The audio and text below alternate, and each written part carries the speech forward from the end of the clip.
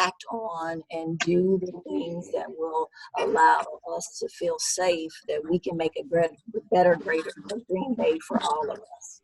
And so we are here broadcasting from the YWCA, and our friends have joined us virtually, and we have over 500 individuals that said, this is important to me and I want to be a part of this.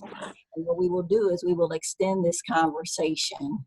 And so I would like to introduce or have Eddie Moore just start us off by giving us some remarks. Morning, everybody. Eddie Moore Jr., founder of the White Privilege Conference, as well as the president and founder of the Privilege Institute. We're excited to be in partnership with the Y and Renita. This all came about for me really in a conversation with a good friend of mine out of Iowa, and we were talking about just what was going on this week, rebellions, protests, police violence, just all the things from what we're seeing today, but what historical context does this hold and what are we going to be doing in the future? So that's all we were talking about. And he reminded me that, you know, Eddie, Martin Luther King Jr., he didn't start out in DC, that he started out in Montgomery, that he was working with local people, community folks. Like, that's how he got to the national stage. The work for us is really the work where we live, where our community. And that really sparked for me some desire to reach out to some folks. So I sent email out, and Sister Renita and I connected, and here we are. And again, we want to really emphasize the importance of thinking about where we live. I mean, I don't know about y'all. I have a lot of emotions about what's going on nationally. I got a lot of opinions about what's going on nationally. But right now, I think what our goal is to call in some folks here in the local community who are doing the work to say, how can we do work together better? So that's the context. And I'm excited to be here, and I'm really appreciative of Sister Robinson and the Y being open to this partnership. So Renita, I'm going to pass it back to you, and again, just say morning to everybody, and excited that we're here. Indeed, thank you so much. Just a couple of weeks ago, we had the National Guard in our parking lot offering COVID testing. And one of the conversations that came out of that was like, who decides who an essential worker is? And so we know that language oftentimes is very powerful. And the language of calling some people leaders is sometimes controversial. And I'm reminded of Michelle Obama saying that being voted the president or whatever position title you have doesn't make you that thing. Like, who you are actually is refined and is defined by that.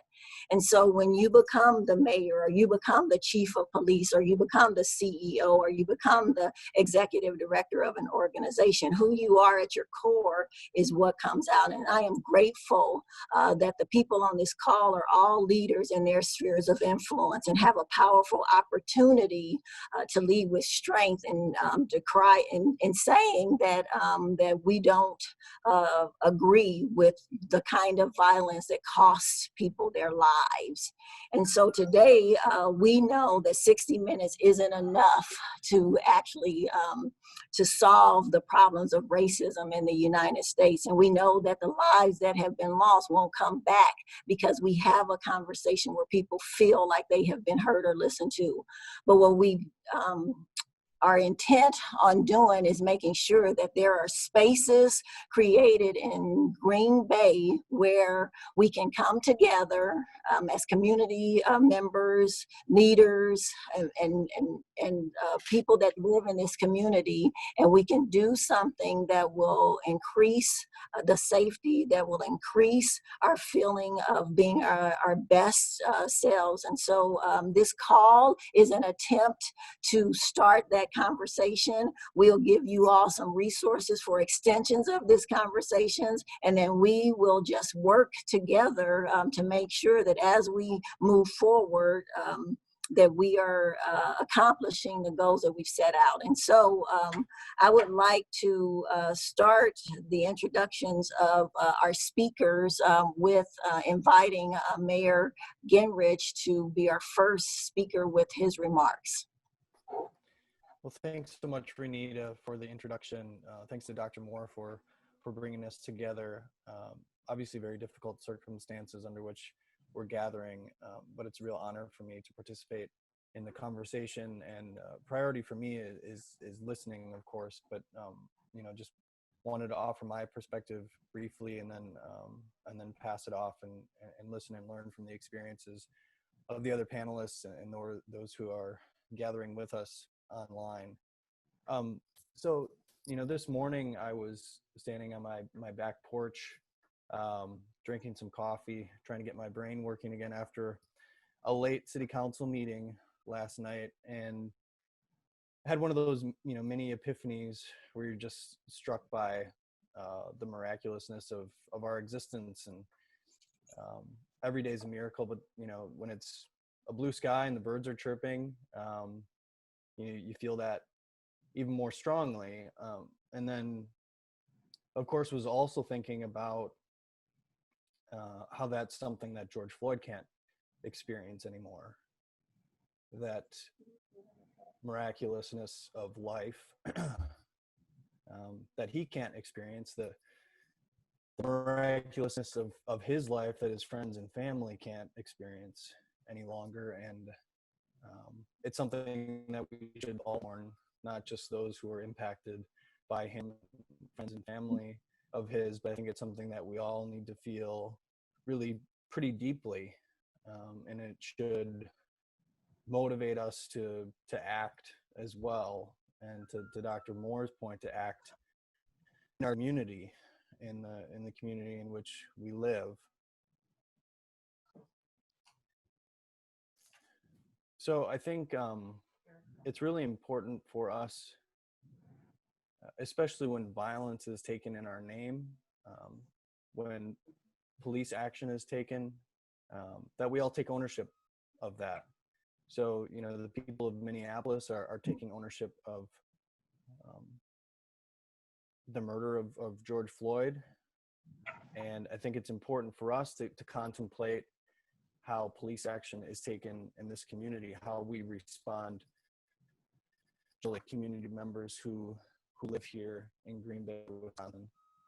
And I think it's really important to reinforce and to echo what Dr. Moore said, to get specific about this community, because there is, I think, a natural inclination to become nationalized, to see what's going on at the federal level, or see what's happening in different cities, and to respond to that.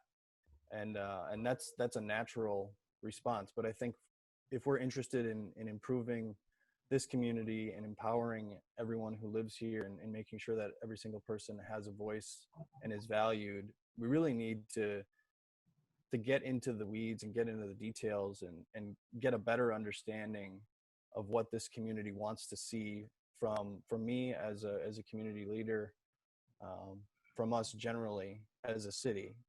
So that's what I'm hoping, that you know, that this is the start of a very rigorous conversation about what the future can and should look like for the city of Green Bay. So with that, I'll pass the mic and look forward to the dialogue today. Thank you, Mayor Genrich. We are just having a little technical difficulty in getting Chief Smith on. So Mai, would you mind? No, not at all. I just want to thank everybody who's here, who's listening. That's one of the first things that we can do as allies to address this. With the death of George Floyd, we all know that it's an unspeakable tragedy, but it's the people in the communities all across America. We're just struggling to make sense of what's happened. And also we're struggling as a society how to pull together to move forward, heal, learn, and grow. I think as people, as business organizations, as nonprofits, I know that we're all committed and we're recommitting to building a culture of inclusivity and diversity. What people and organizations are not addressing or are not recognizing is that there's a larger societal issue at the root of George Floyd's death. Organizations are not addressing, people are not addressing, they need to say and address the systemic racism that occurred here. Right now, I feel like it is the time for the Northeast Wisconsin people, its leaders, its organizations to speak up, recommit, and to act on actions of race, because our communities truly need to embrace equity and inclusion. As a person of color, I just want to applaud Renita and Dr. Eddie Moore for including the Asian perspective, because often that's not included nor wanted in the talk of race equity and inclusion. So it's difficult when there are words that we read and see about equity and inclusion with no action, no policy, no education, no awareness, and what the protests are demanding right now, no accountability. So I feel like it's time for our allies, our white leaders, co-workers, family, friends, neighbors to speak up about the injustice being placed on us as people of color. It's time for us to understand what it means to be Black in today's society, in today's world. On a personal side, as I was sharing with Eddie, I am a person who identifies as a Hmong person. So George Floyd's death has me looking into my own Hmong community, as one of the 4 police officers involved was a Hmong person. To me, this highlights just the complex racial dynamics of Asians and Blacks and the racial history that these 2 racial groups have together. But then it also highlights the Asians within the white space. It has me reflecting and looking at the role that Asians play within white supremacy. You know, as we all know, the death of George Floyd is also coinciding with the COVID-19 pandemic, which we hear from the news, read from the news, that is feeling anti-Asian prejudice and also xenophobia. So I find myself identifying with a community that is both victim and also perpetrator. And so I find myself struggling also as being seen as, quote unquote, an expert on diversity and inclusion of how to solve this issue. For me, I keep focusing on that it's time to speak up and really act on issues on race if we're really trying to embrace equity and inclusion and really being inclusive to the communities that are affected. This cannot be those who have making decisions on those who do not have. So it's time for our allies to speak up about the injustice that's being placed on people of color, and also understanding the complexity that is being, maybe not being highlighted within the complexity of different racial groups that are working together. Thank you. Thank you. Martin Luther King said that riots were actually the voice or the language of those who aren't heard. And we know that oftentimes the images of riots then kind of take center stage. And so we have Chief Andrew Smith here to visit and to share with us his perspective on what's happening in Lincoln and broadly in our country. So welcome, Chief Smith. Thank you, and so glad to be part of the panel today. First of all, I've been very loud and very vocal, both inside the department and public, in condemning the actions of the Minneapolis police officer and over the murder of George Floyd. That was devastating to watch, and I think I've been very clear about that and very vocal about that. Second of all, I think in Green Bay, we're very fortunate that we've got a tremendous community here, a very cohesive and in many respects community, and a very supportive community. I think we have done a lot of work with the police department in building those relationships with the community. Certainly it's a job that's in progress, and certainly we're not done, but we've done a lot to build that relationship of trust, and I think a relationship of mutual respect between the police department and the community that we have here. And it's not something that we do, the day a protest starts in front of your station. This is something that you do each and every day from the moment that an officer pins on that badge. And I tell our officers that every day with every interaction, you're building that bank of trust with the community and building that cohesive community that we have. I think worked really hard to get in Green Bay, and I think we're obviously, it has a long way to go. Obviously, we're not finished, but that's what we're working towards.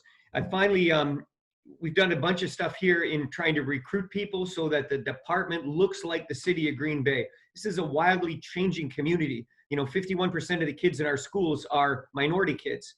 This is not the Green Bay that your grandparents and my relatives grew up in. This is the Green Bay that is changing, multicultural, moving forward in the right direction.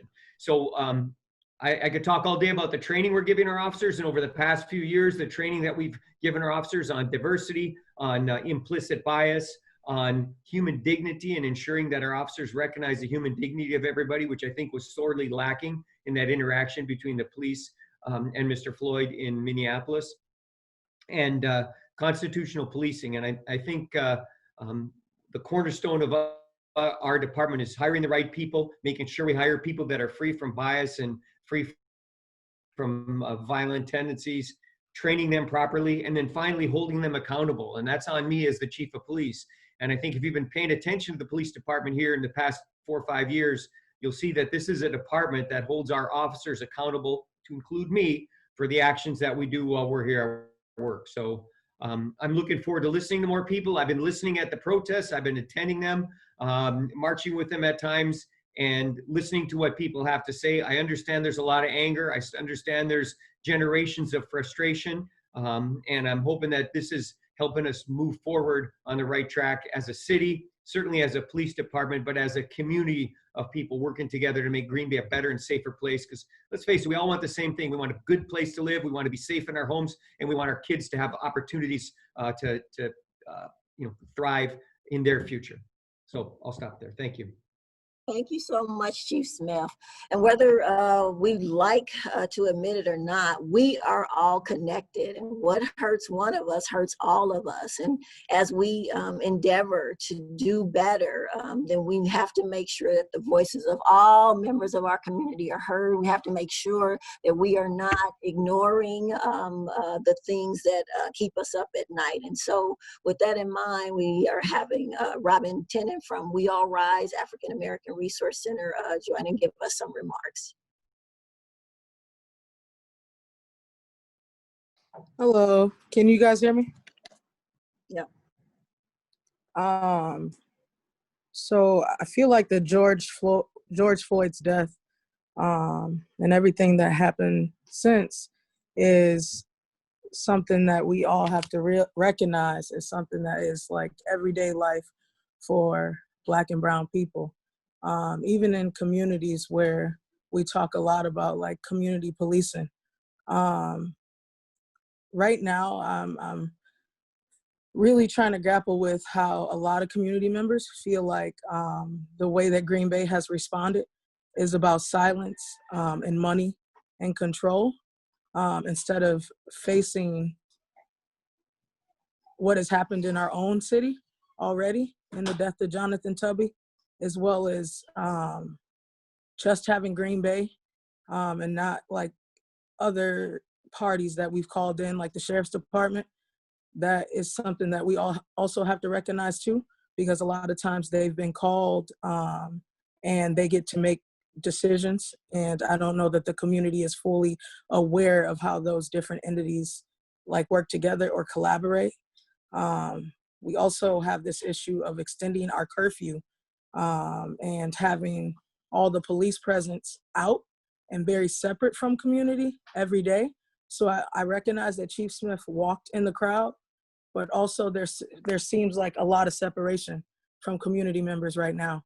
And the way that the police are set up throughout the city, the curfew being extended, all of those things. And so it feels like there's two sides to this for a lot of people. And community members don't feel connected to our local like police, as well as some of the other larger organizations in our community that could be speaking up and standing up, like businesses in different counties that were at risk or already had rioting and looting happen. And so I think there's a great deal of things that must happen in order to move forward. But before we even talk about moving forward, I think that we have to recognize that with our growing population, we all have a city of folks that need to grieve.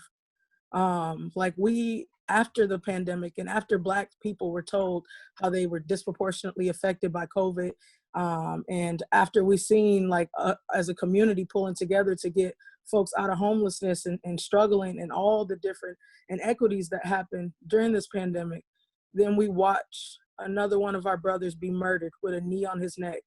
And so that is something that we have to recognize. Like, we have young people, we have Black people, we have brown people here, that this is like a norm in their community.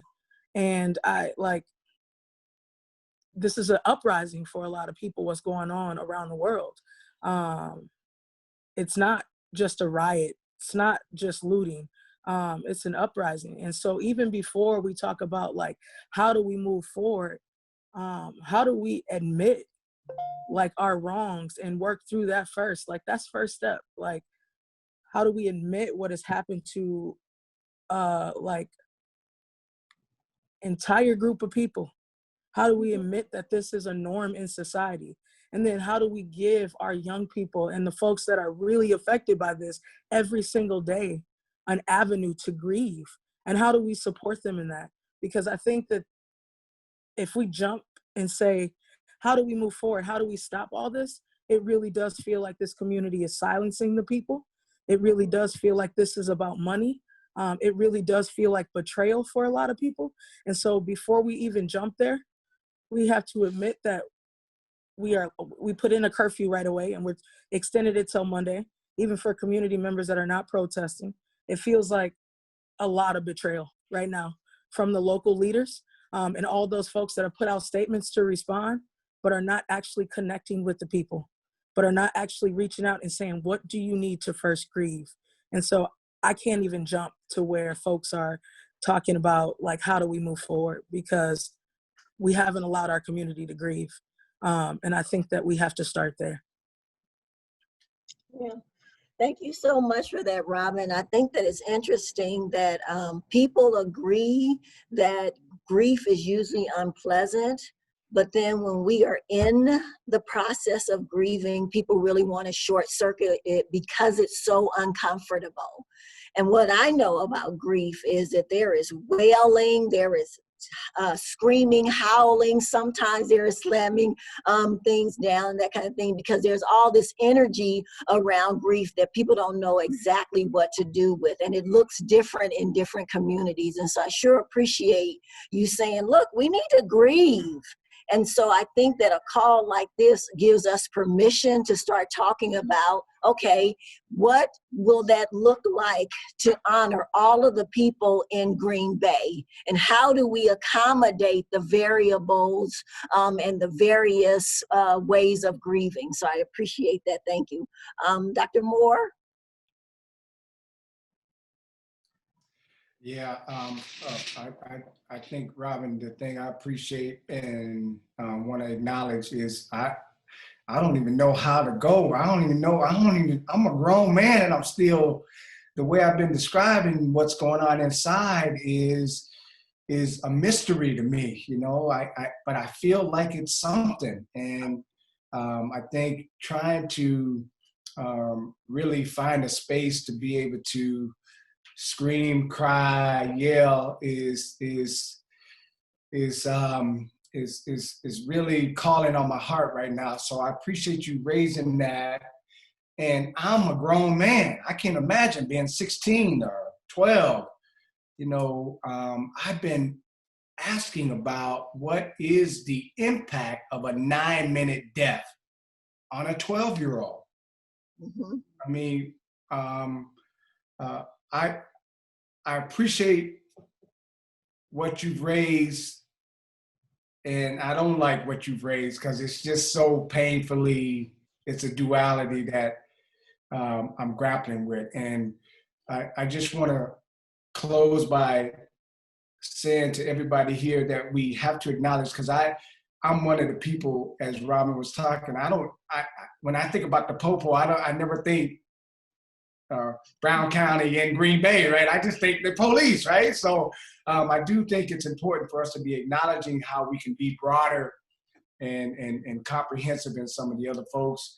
Renita and I were talking about just having some long-standing folks also on the panel and some absence of some of that to some extent.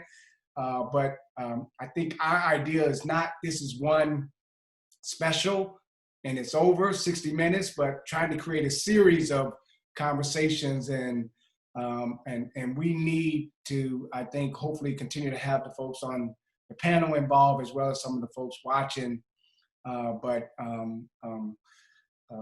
When we're ready to go forward, is it gonna be words, policy, resources? I think those are some of the things that we're trying to think about from the Privilege Institute, from myself, and who are the key people to partner with so that we can stop talking about it and be about it. So I'll pass it back to you, Renita. Thank you. Yes, and so we know we have to do something, and so sometimes that something starts with a conversation. And so as a part of our Stand Against Racism series, we have some extensions of this conversations where we live. So there are dates. We have identified 4 dates with extensions and a variety of different topics. The first date is June 17th, and it'll be with Dr. Moore and Kevin Warwick of the Green Bay Police Department, and they will be really just in a conversation about what it feels like to be a Black man and having to engage or being engaged with law enforcement. And then we have additional things planned, and so we will have a conversation on June 30th. I'm sorry, the June 17th event is a 12 o'clock noon, so it's a lunch hour event. It'll be a virtual event like this. The June 30th event is an evening event. It'll be a 7 p.m. event, and it is about language and how language is often used, and it's used as a weapon. I think it's interesting that when we posted at the YWCA that we were going to have this virtual event, some of the feedback that we got in our anonymous email talked about, well, all lives matter. And that's a beautiful thing to jump off on in terms of how language starts to get people all in a tizzy. Like saying that Black lives matter does not say that all lives don't. And so we want to extend and expand that conversation and just give people information about how they can think differently about their expanding their capacity to hear that people who have had different life experiences hear and respond differently than they do, and it's okay. I think it's really, really important, in particular when you have a community of highly educated individuals. It's really important to remind them that just because someone speaks a different language or speaks differently. I giggle when Dr. Moore said the popo. People have experiences and they have images of different entities that are distinctly different from other people, and doesn't mean that they're not smart. It doesn't mean that they don't have a fantastic contribution to make to them. It doesn't mean that it's not needed. And what we are trying to do is to create these spaces where people grow to understand that in the diversity of the people in this conversation and in this space is where we're going to get strong enough to be able to treat everyone like they need to be treated. And so we are going to questions right now from the community. Mayor, could you please speak a little, well, you speak a little louder. The question and answer, can you speak on how all are working towards action to grow the anti-racist policies and ideas and dismantle racist policies and ideas in the Green Bay community? Yeah, I can definitely touch on a few things that we've initiated since I've been sworn into office. Can everybody hear me? I think I was having some problems with my ear pods earlier. We're good? Better, thank you. So I'll just run through a few things, but again, you know, I really want to hear from the community in terms of what we can do, actions we can take to impact, positively impact all members here. But since being sworn in, I've made it a point to appoint a diverse set of citizens to all our boards and commissions. I recently just had the honor of making my first appointment to the Police and Fire Commission, and Mr. Rashad Cobb, who I think is probably joining us this morning. I think it's really important for those who serve the community on boards and commissions to be reflective of what Green Bay looks like. So that's been a real priority of mine. Also in the 2020 budget, which was passed late last year, we created a diversity and inclusion coordinator position within the city of Green Bay. First time that's ever happened, and looking forward to hiring that person and engaging them both within our organization and making sure that we're doing everything we can to diversify, but also doing community outreach work, which is represented today, and would love to have this person involved in these conversations in the future. Also made some declarations, some public statements about days and months. So Indigenous Peoples Day was celebrated for the first time in the city of Green Bay. Pride Month was declared last June for the first time in the city of Green Bay. Made a proclamation on MLK Day. And so I think it's really important to use this platform that I have, the bully pulpit, as it were, of the mayor to make it clear the values that I hold. I think the values that this community holds, and what we really want to be known for. We're also in the process of putting together a non-discrimination ordinance, which is not currently on the books here in the city, and creating an equal rights commission, which of course will be populated by a diverse set of citizens here in the city. So that's a few things that we're working on. I know that the police department has done a ton of work as well, and so Chief Smith and Commander Warwick might want to chime in on some of the steps that they've taken.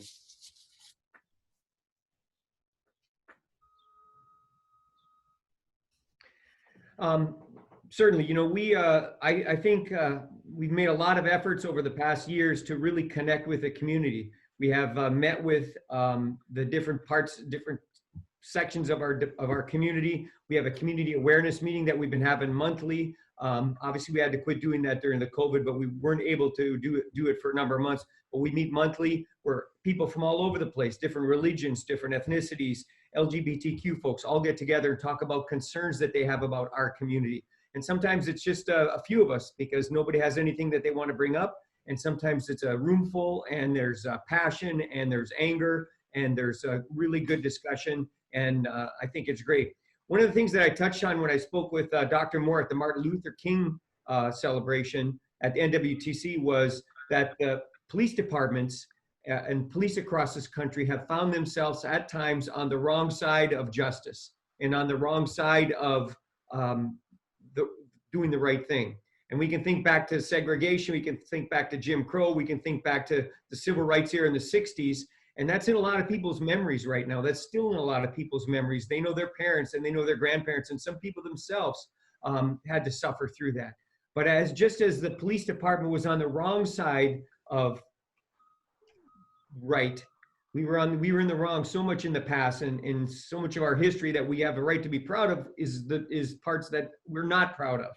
Just as we were on the wrong side of history, I'm hoping that now the police can be a part of the right side of history, and be a part of the change, and a part of making things better across the board. So that's what I'm hoping, and that's what I think, that's the ultimate goal for the police, is to end up being on the right side of things this time. Yeah, Renita, just let me ask the mayor quickly, because there was a question raised, and maybe he and the chief can respond, but then we want to turn to Robin with a question specifically for her, but maybe Mai will have some comments on that as well. And the question, Mayor, is really about declaring racism a public health crisis. Some cities, some counties across the nation, I think Madison actually has done this already, maybe Milwaukee as well. And the question is wondering, with Wisconsin being named the worst state to be a Black person, I don't know how a state earns that title, but that's where we are. But could this city make such a declaration, and how does one even initiate that from a citizen standpoint? Right. Yeah, I'd be happy to to make that declaration. It's self-evidently true to me. So I think it'd be, you know, fairly simple to make that statement. I think the more important, you know, problem to grapple with is what we do with that information, right? When we make that statement, what does that motivate us to actually accomplish? So I think it would be really important to work with community groups and work with our health systems, work with WELLO, which is a really well-respected nonprofit here in the community focused on public health and health improvement here for citizens, to develop some next steps to respond to that, because there's no question that that people of color are disproportionately impacted negatively in terms of their health, not just in the state of Wisconsin, but across the country. So would be happy to begin that conversation. Absolutely. Great, that's great to hear. I'd love to find out if WELLO is, as part of their public health initiative, is considering racism and white supremacy, because I think that's where we are. I think, in my mind, as we think about moving forward, if we can get to that point, is what are some new areas, some new opportunities that we've not explored, particularly as the chief mentions 51% of our student population are kids of color. I mean, that's a very different Green Bay than even 10 years ago, 20 years ago. Robin, I think the question raised for you is how can we start this grief process? What's your recommendation? But also, there's been word on the streets that there could be or has been some protesters and protests infiltrated by some people trying to paint them in a negative light. This question is asking, how can leaders avoid those kind of, let's say, bad news stories and truly support the true spirit of the protest? And knowing that you've been on the streets there in Minneapolis, can you just give us some insight around that grief, but also some of what's really the spirit of the protests or the rebellions that you've seen thus far? Yeah, so to speak first to the grief question, I think that we need to ask Black folks that are on the grounds, that are marching, that were at the huge community water gun fight yesterday, like, what is it that you need to grieve? I don't want to be tokenized and speak for everybody and act like I know exactly, especially what our young people need that had to watch that. I think it's best for us to pose that question to community. And there's many platforms where we do get great responses that we can all look forward to, especially the Black Lives United Green Bay page, where folks can come on there and respond to how do they want to grieve in Green Bay appropriately. Secondly, there's a lot of fear around these counter protesters that can either come to Green Bay, but also that were in Minnesota that were attacking people, that are coming to incite violence and riots, but also recognizing that anytime, and it goes back to what I was talking about earlier with Green Bay Police and the Sheriff's Department, anytime we have young people in the crowd and flashbangs or tear gas or any of those things are deployed, they have to recognize that they're starting violence at that point. That young minds, like, how do they determine like that they're not under attack when those things are done? And so I think Tamika Mallory said it on the national stage, like, the police are teaching folks violence when those type of things happen. And it's like, if we're out there together as a community, if the rest of the leaders are out there and they're seeing the protests and those things happening, and as adults, we're able to help control some of those things by being on the ground side by side with our brothers and sisters as they grieve, I think that like we can help a lot of the folks that are out there and help keep things together as a community. But it can't be just the same people in this one segment of folks that are showing up for Black lives. And to speak to like declaring racism a national health crisis, like, that's for all the entities in Green Bay. It's not just a statement. It's like declaring that we are the worst state in America for Black people to live. We're the highest number of incarcerated Black men. Our Black children are being educated like their test scores are the lowest across the country, all those things, not just declaring a statement, but there's a lot of things that we can do about it. There's a lot of ways that we need to be supported in the hospitals, at jobs. Like, it's not just enough to create a position and then fill it with a Black person. Like, that's not enough. Like, those Black folks need to be from the community. The Police and Fire Commission should have somebody that has been incarcerated on the Police and Fire Commission. There's a lot of things that we do in Green Bay that really are fluff. Like, we put people in positions, but we're not putting the folks in those positions that really need to be in those positions, that have been affected by, you know, the system. Those folks are the ones that can speak to what's best and how we best coordinate. We can't just put a Black body in a position and say, this is inclusion, this is diversity. Like, really, we should be having really vulnerable conversations, but also making moves to get the right people in those positions. And it shouldn't be the same folks that are like making those decisions every time.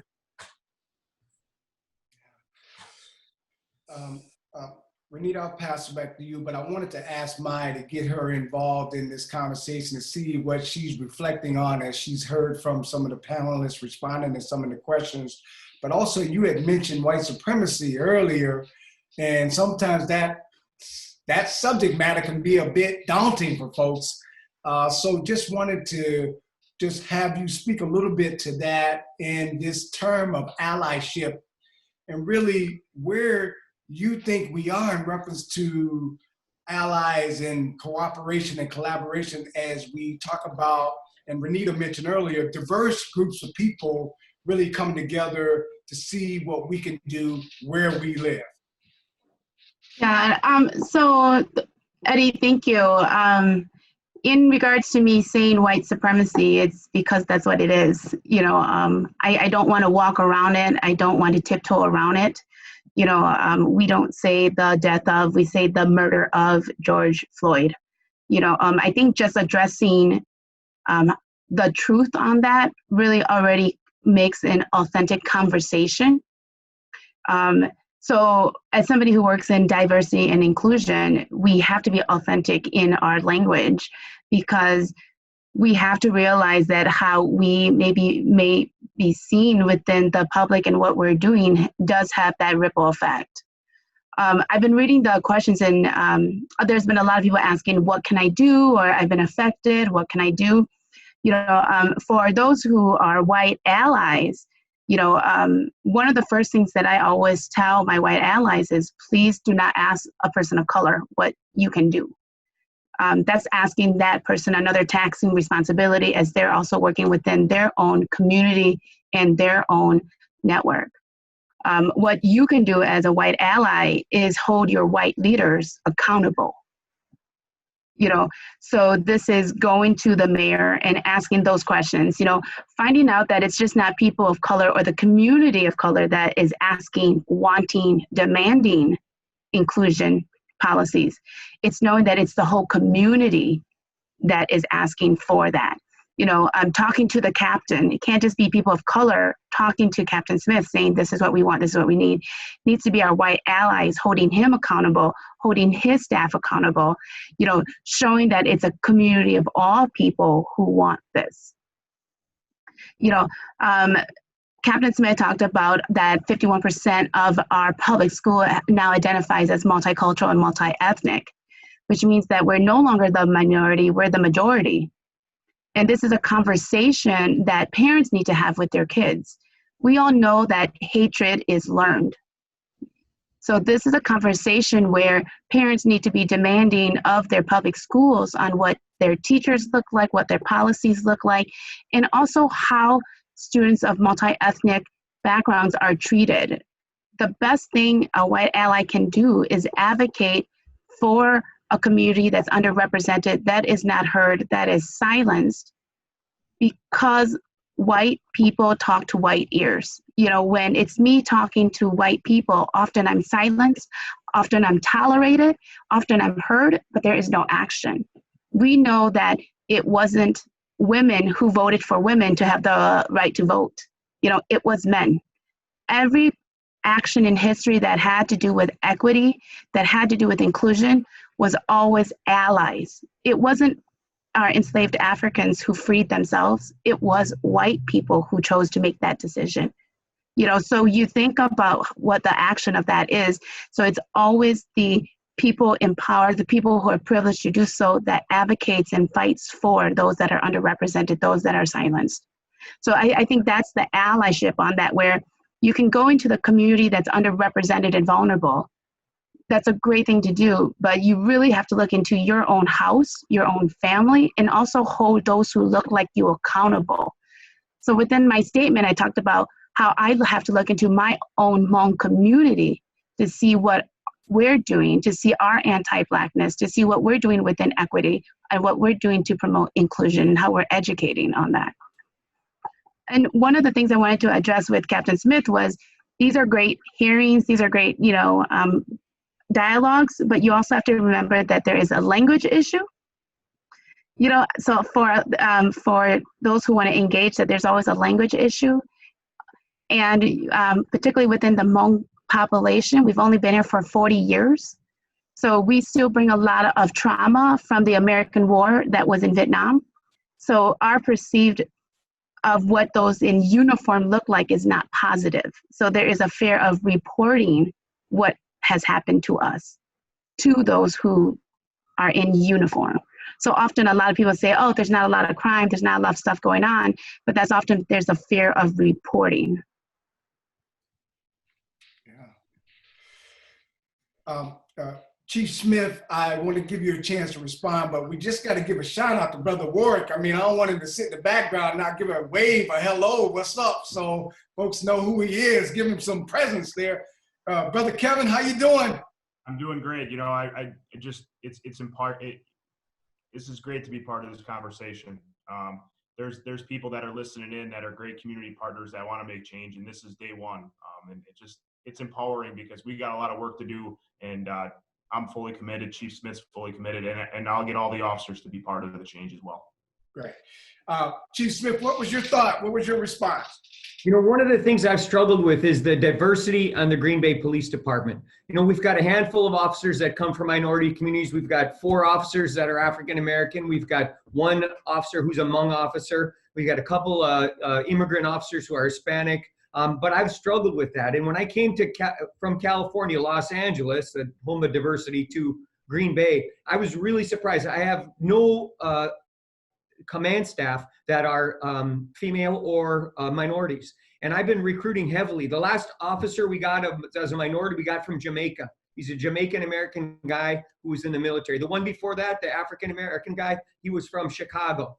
You know, we got a couple from town here and a couple other people that were raised here that are minorities. But we struggled and we struggled. And I recruit and I send people to meetings. I send people to colleges.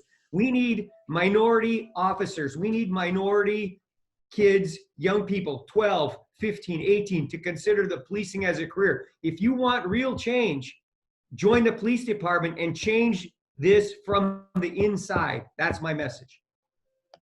Thank you. And there's a theme that's running through in terms of people are doing things in Green Bay. We haven't seen a lot of fruit. I want to encourage you all, keep doing those things, and you're going to have to link with the organizations and that kind of thing that will give you the individuals then that will change the narrative, and that will allow you to start seeing that change is actually occurring. But Mayor Genrich talked about Rashad Cobb being appointed to one of the committees, and I wanted to say something about all of the things that I've been reading. And there has been a thread of people of color saying the same thing. And you know what they've been saying? They've been saying, I'm exhausted. They have been saying that I am exhausted. And so we have to make sure that people recognize that it's good to have people of color asked to be involved, but it's at a cost to them, because if they are the only one being asked to everything, I call it the usual suspects, their families are making a sacrifice for them to be involved in trying to educate the broader community. And so we do have to create spaces so that other people of color actually feel like they're welcomed to be involved and not just the ones that people feel comfortable allowing to be a part of that. And so I know that the Greater Green Bay community, chamber is doing something with this diversity and inclusion committee to try to get more diversity on boards of directors. There are a number of things being done in the community, and I would be remiss if I didn't at least try to highlight some of that. And I know I will miss some things, but please forgive me because I will miss some things. I know that the last community study, the life study, basically a third of the respondents said that diversity actually was a problem, that adding diversity to Green Bay was a problem. Well, we have got to educate individuals with an understanding that unless we become more diverse, that Green Bay will not remain strong, that it will not grow, that it will go backwards. And some of the things that we're on this call talking about right now will start to rear their ugly heads even more, because there will be the friction and traction of people who have power being afraid that they're losing it. And then you will see just a classic conflict theory that we are watching kind of lived out in our community.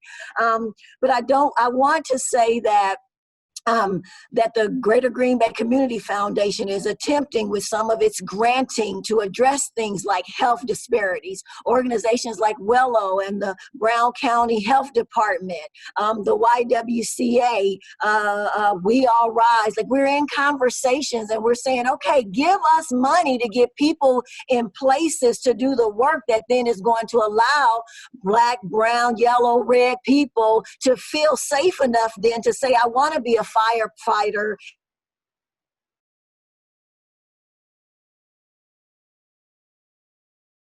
Yeah.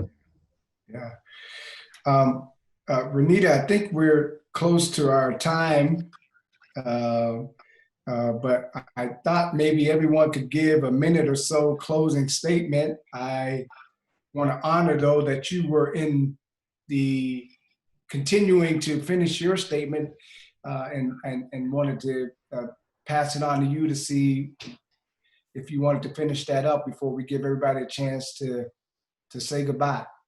Indeed, just following up with just some of the opportunities that are part of the Where We Live series. June 17th will be an extension, an hour-long extension over the lunch hour. The 30th will be an evening extension. The July 15th will be another hour over the lunch hour extension. And then we have a Saturday opportunity on July 25th at 10 o'clock. And so please visit our website, visit the Privilege Institute website. Please visit We All Rise's website. And then we want people to write into the YWCA at administrator@ywcagreenbay.org. If you have other events that you are inviting the community to and that you would like them to be a part of, we want to make sure that we are networking and bringing everybody together so that the resources that are available in the community, everybody knows about them and can access them. So. All right, well, let's give everybody a quick chance to say goodbye. We'll start with the mayor, the chief, Mai, and then let Robin finish it off. And I'll just add the final bow at the end. So Chief, Mayor, Brother Mayor, what are your closing thoughts? Just again, very thankful to have the opportunity to listen to a number of different perspectives this morning and learn from you all. I'm very committed to progressive political and social change here in the city of Green Bay, but it's not something that I'm interested or capable of doing on my own. I'm really relying on this community to step up and push things forward. So if anyone ever has an interest in talking with me, please feel free to reach out. I'm happy to sit down, during the day, in the evenings, on the weekends. Really interested in improving this community for all its members. So it invite you all to reach out. But thanks again to Dr. Moore and Renita for bringing us all together. Really appreciate it. Brother Smith, closing remarks. You bet. Thanks again for being here. Thanks for organizing this. The police department is committed to justice, committed to constitutional policing and doing things right. If we fail on that, then I'm committed to holding people accountable. I see there's 44 Q&As on here. I wasn't able to multitask and do those while we're speaking. I encourage people to write me. I've got hundreds of emails these past couple of days. I will respond to every single one of them. So if you have a question for me, you can get me through our Facebook, or you can get me on my andrewsm@greenbaywi.gov. I want to hear from people. I'm in the community every day listening to people. Best idea wins. I got some great ideas of what to do, but if you got a better idea what the police department can do and how we can be a better department and serve Green Bay. My sister, what you got? Well, thank you very much for, like I said, the inclusion. I really appreciate that. Representing the University of Wisconsin Green Bay, us being a regional public institution serving our community, we have a phenomenal chancellor that started in May, Dr. Michael Alexander, who I know that is passionate about diversity, inclusion, and serving our community. So please know that we have the leadership, we have the passion, and that you have the partnership at the University of Wisconsin Green Bay to create a better community. Thank you. Sister Robin. So you all can contact us at the African American Resource Center at www.weallriseaarc.org. I wanted to close with a quote that I have by Muhammad, and I don't want to mess up his last name. But it's, if a huge number of people call for change, the government will have to react. If you want to avoid uprisings or demonstrations, you need to respond to the people's desperate need for change. And so there's a lot more, like, conversations are actionary, but I do believe that this is a conversation that we need to have in person, and we need to be immediately thinking about ways that we can give our young people and our community opportunities to grieve, because this is a growing community. Most of our growth over the next 10 years and what we've seen in the last 10 have been Black and brown folks. And so we just have such a ways to go, but a lot of things that we can do immediately to start making this a safer, better, and more progressive place for Black and brown people. Yeah, and then I think for me, those stats alone make me just feel like I picked the right place to spend my next 30 years according to my mortgage. And so I'm excited to be here, and I just want to follow up on a couple quick points about recruitment. I hear this with teachers, and I think it's great, similarly with police officers, to get more people of color. But the work in the 21st century, I think over the next 25 years, is white people. It's making sure that even the white people we bring on board have that training, have those competencies, and as the chief mentioned, have some accountability associated with their job as well. We can't forget about the power structure in addition to that, because as y'all know, with policing, similarly to education, we have administrators, we have judges, we have prosecutors. We got to look at the systemic structure, which brings us to what Mai was talking about, white supremacy. And that's where I want to end, right? Like, I think every meeting, every commission, every training needs somebody that makes you a little uncomfortable. In fact, that's where the learning takes place. We know this through research. And I just want to make space, because I feel like, as someone who's been experiencing so much pushback simply because of the name of our organization, that we have white supremacy or white privilege or privilege in our title, has cost us relationships and opportunities. And I just want to say to those listening and to those on the panel, if you're ready for some CrossFit diversity, some real challenges where we're talking about white supremacy, white privilege, and other forms of oppression, that's what the TPI, that's what the Privilege Institute is all about. And we don't do this to attack white people, to degrade white people, but to look at the systemic structure that we're all having to battle and grapple with as we see a changing America, a changing world, but as Chief mentioned, a changing Green Bay.